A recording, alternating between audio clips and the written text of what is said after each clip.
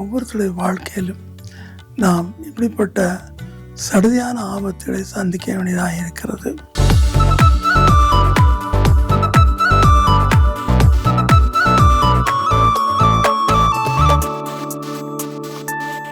Praise the Lord. அருமையான தேவ ஜனமே, மீண்டும் நான் உங்களை இந்த யூடியூப் வாயிலாக சந்திக்கும்படி தேவன் கிருபை செய்தார். கடந்த 2 மாதங்களாக மரணத்தின் பாதையை கடந்து சென்றேன். எனினும் அவர் உங்கள் ஜெபத்தை கேட்டு கண்ணீரை கண்டு என்னை சுகப்படுத்தினார். உங்கள் எல்லாருக்கும் என் நன்றி நான் தெரிவிக்கிறேன். கர்த்தர் பூமியில் எனக்கு கொடுக்கும் நாள் பரியந்தமும் அவருடைய ஊழியத்தை செய்து நிறைவேற்றுவதே என் ஆசை. பிரியமான தேவ ஜனமே, இன்றைக்கு நாம் ஒரு காரியத்தை பார்க்க போகிறோம். சங்கீதம் 33:18-19 தமக்கு பயந்தவர்களை மரணத்தின்று காக்கவும் பஞ்சத்தில் அவளை உயிரோடு வைக்கவும் அவர் அறிந்திருக்கார். அவருடைய கண்கள் மேல் நோக்கமாக இருக்கிறது.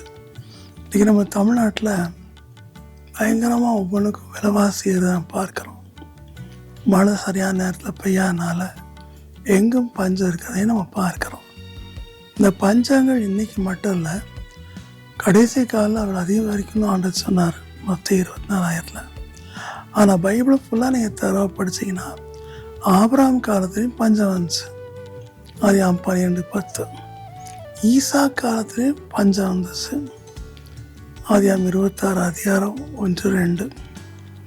அதே போல் யோசேப்பு யாக்கோபின் காலத்திலும் பஞ்சம் வந்துச்சு. தாவீது அரசன் ஆண்ட நாட்களிலும் பஞ்சம் வந்தது. இந்த பஞ்சம் இதனால் வருதுங்கிறது ஒவ்வொரு நேரமும் ஒவ்வொரு காரியத்தை சார்ந்திருக்குது. ஆனால் பேரும் சொல்லுது, கர்த்தர் பூமி விசாரித்து, உங்கள் அன்புள்ள தேவன் பூமி விசாரித்து அதற்கு நீர் பாய்ச்சுகிறார்.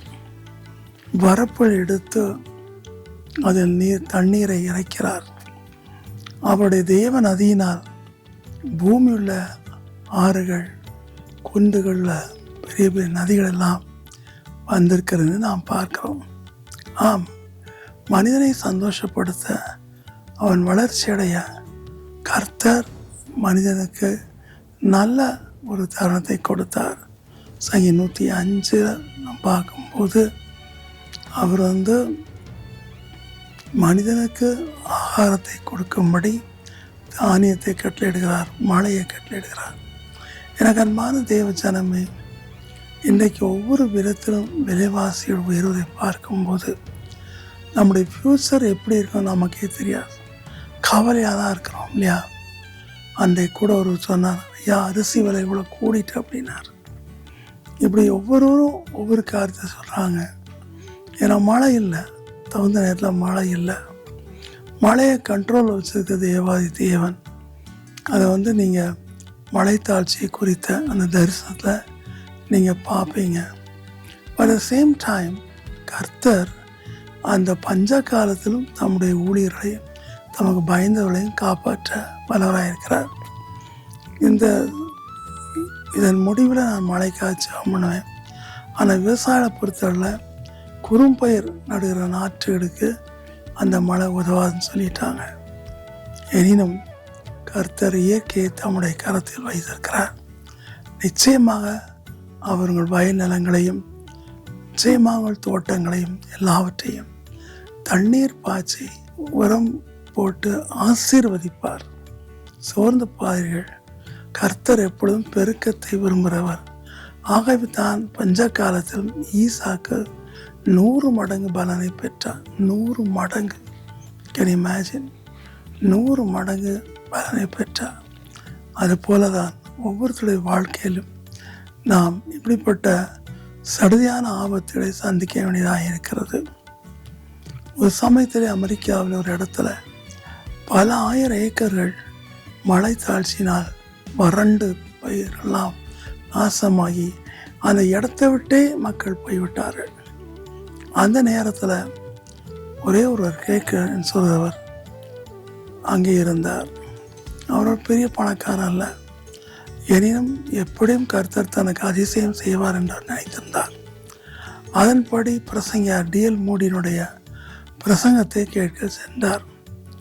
கேட்கும் போது D.L. மூடி அவரை ஆறுதல் படுத்தினார்.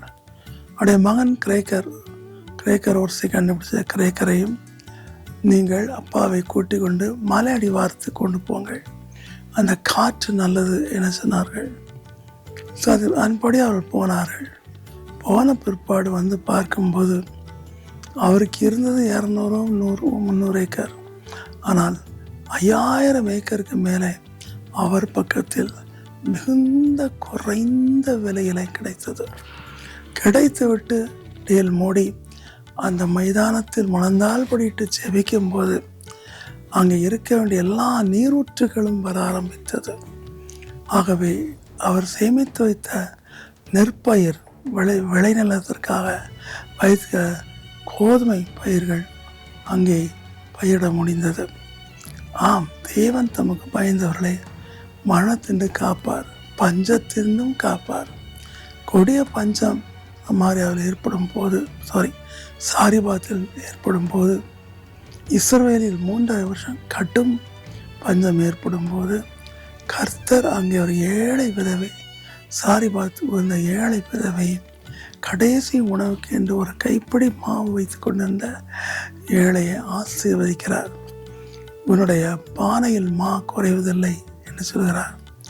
உன்னுடைய எண்ணெய் குப்பியில் எண்ணெய் குறைவதில்லை என்று சொல்கிறார். அது அப்படியே நடந்ததாக நாம் பார்க்கிறோம்.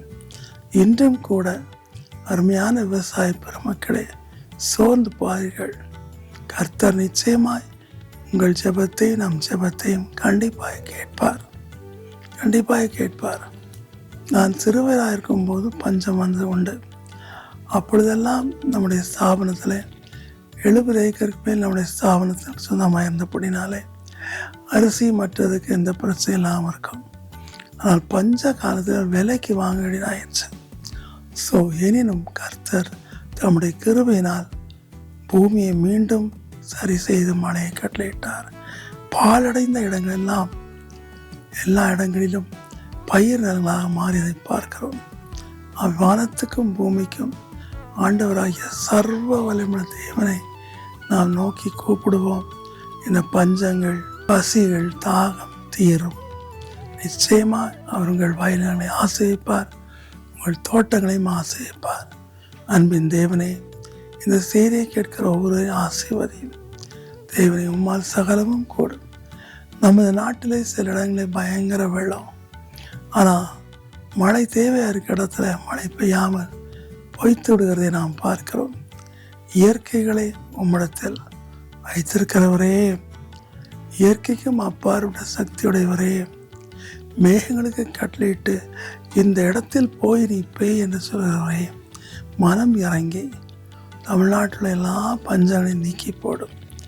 வெள்ளத்தினால் ஏற்பட்ட பண கஷ்டங்கள் மற்றும் விலைவாசிகளின் கஷ்டப்படுகளையும் காத்து கொள்ளும். உம்மால் கூடும், நாங்கள் நம்புகிறோம் சுவாமி. அப்படியே செய்யும். இயேசுவின் நாமத்தில் தாழ்மையோடு வேண்டிக் கொள்கிறோம் பிதாவே. ஆமென்.